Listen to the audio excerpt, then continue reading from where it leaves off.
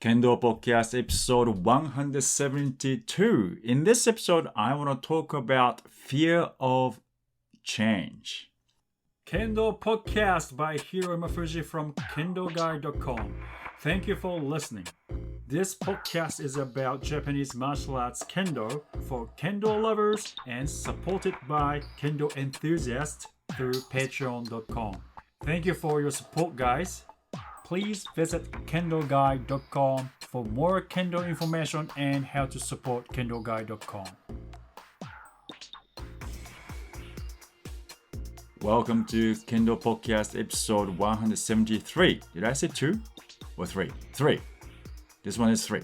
Okay, I want to talk about something I've been thinking about or I've been feeling. The fear of change, and I will talk about All US Summer Camp 2019 because I came back. Actually, this morning, 2:30 in the morning, I got back from summer camp, and I went to bed around 3 o'clock. So I have to kind of, it's quite new, still fresh, but I still have to think about what I can share with you. So I'll do that next week. And today, I want to share that this fear of change. You know that when you get better, you have to change something, right? You can't just constantly be the same. Because if you're the same, either you're not improving or you're not getting worse. So it's the same. So to improve, you have to go forward, right? Now, this process is so fearful. I've been changing a lot of things. I shouldn't change a lot of things at once, but I'm focusing on particular things. But if you focus on particular thing,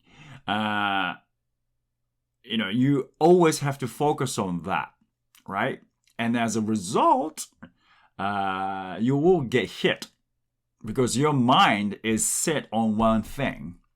Okay? So, and then you're focusing on that rather than focusing on your opponent. So basically, you were striking whenever you think you have to go, right? There's difference between whenever you want to go versus whenever you think you have to go, right? Now, whenever you want to go is very selfish. You're not thinking about anything. You're not thinking about what your opponent is thinking. So you just strike, right? On the other hand, it's important thing is you execute your strike whenever you need to. But to know that, you have to think when you have to strike, right? So you really do have to strike.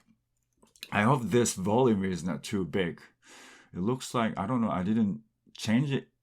I didn't change any settings, but maybe I'm too loud. But anyway, so, you gotta know when to strike. To know that, you have to think about it and do it and analyze again and try it. So we just constantly, we have to analyze and change something to change one thing, right? For example, when to strike, you have to know your distance, your striking distance. Otherwise, you cannot strike, right? So let's say you don't exactly know your striking distance. So you have to analyze, okay, do I reach from here? Or is it too close? And where your shinai is landing, which part of, let's say, men target, which is very, popular target, kote as well, you have to know where you should be striking properly, right? Now, on the top of the head, it's not men, all right? The forehead. So it's the men. It's kind of between mengane, the iron part, your face protector, iron part, and we call it men buton, which is the other part, the cloth part of men. So it's about forehead, and you have to strike with the right part of your shinai. So you really have to know where you're striking, and with the which part of shinai you are striking, right? So now you have to know that first, and to know that you really have to know up unto where you can get in, and you strike. That's first thing. Okay, so you can do that during basic training, right? And after that, you have to figure out you can do it against moving target, which is in Jigeko, right? They're not gonna let you strike, right? So that is the conflict you're gonna have, because you're learning your striking distance, but they won't let you strike, and your opponent is now moving. They're not gonna stay still, right? So you really have to figure out. So when you this figuring out process, the process of figuring out your striking distance in Jigeko would be very fearful, because they're gonna hit you, because you're thinking, right? Now you gotta think about this and a strike, about this and a strike. So you're thinking in Jigeko and you get hit, but if that's very, you don't like it, right? You don't. Who doesn't want to get hit? Who doesn't want to? I said it right. No one wants to get hit. So basically, while figuring out your distance, you kind of start thinking, oh no, I'm getting hit. I don't want to do this anymore. And then you stop doing that. And then you won't improve.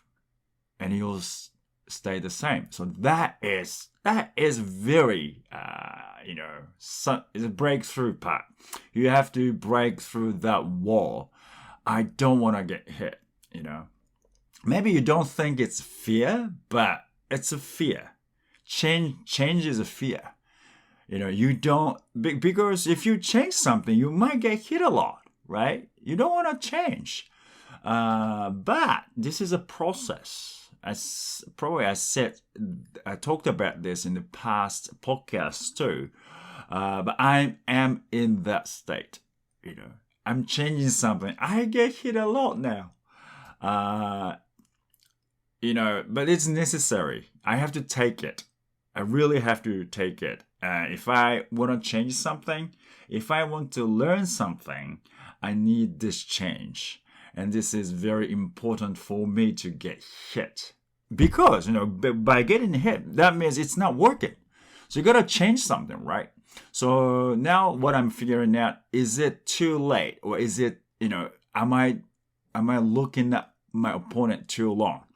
I think I am. And I am too late to make my move. So now I'm kind of figuring out, what about this? Okay, I'm gonna make my move a little earlier, but to do so, I need to do this. So you have to have one issue, right, to work on, and then you analyze it. And you're gonna think about, okay, if I want to change this, what do I need to do? Do I have to do this? Do I have to do this? Okay, I'm gonna do that, and then if it includes a lot of suburi or a lot of footwork, asabaki practice, you gotta do it, right? At the very end, probably we have to go back to the basics, but you have to have this plan. And also, most importantly, you have to have this strong will to face the fact that you are going to get hit a lot. This is the fact. Maybe sometimes, you change something and then all of a sudden, oh man, I don't get hit anymore. That happens too. But most of the time, change is a pain. It's a painful process, and you have to face it. So that's why, if you want to make change, you have to accept it. And, getting hit is also important in Kendo. That means it's not we know it's not working if you get hit. If you do everything correctly, in this case, correctly means as you planned, right? As you planned, but it didn't work. So must be something is not working right. Okay? And mind you, if you do that against, a lot better person, of course it won't work. So you gotta make sure when you make changes to your Kendo, make sure you do that against lower people as well, lower grade holders, and then people at the same level, preferably with your dojo mate, because you change something, because dojo mate don't change all of a sudden. So you've been doing keiko with them for a long time, and then you change something, and suddenly something don't work, right? Something doesn't work. So and then you know, oh, okay, so I have to do this, I have to do that. So it's a kind of you gotta do it with the same people, so you can figure out easily. If you do that with different people, you don't know because your opponents changed all the time, right? All of a sudden, it doesn't work because they are better, So you never know. So your dojo mates, their abilities. So you change something, it works or not. So that's very important. You have to remember. You always have to do it with the same, people you've been practicing a lot together for years. So when you change something, they can tell, and you can tell easily, right? So that's one thing. So don't be afraid of making changes, and don't hate getting hit. I don't mean get used to being hit. I think we need to get used to the idea of Kendo, which includes getting hit, right? So it's normal. When you get hit, that means something didn't work. So you have to make some changes. So that's all. So I think it's very important for us to be brave to make change. And I think it's all about, you have your own policy, principle, and you make changes. It's very hard because you might have to change your, some of your principle, whatever that is, to make your Kendo better, right? So please don't be afraid.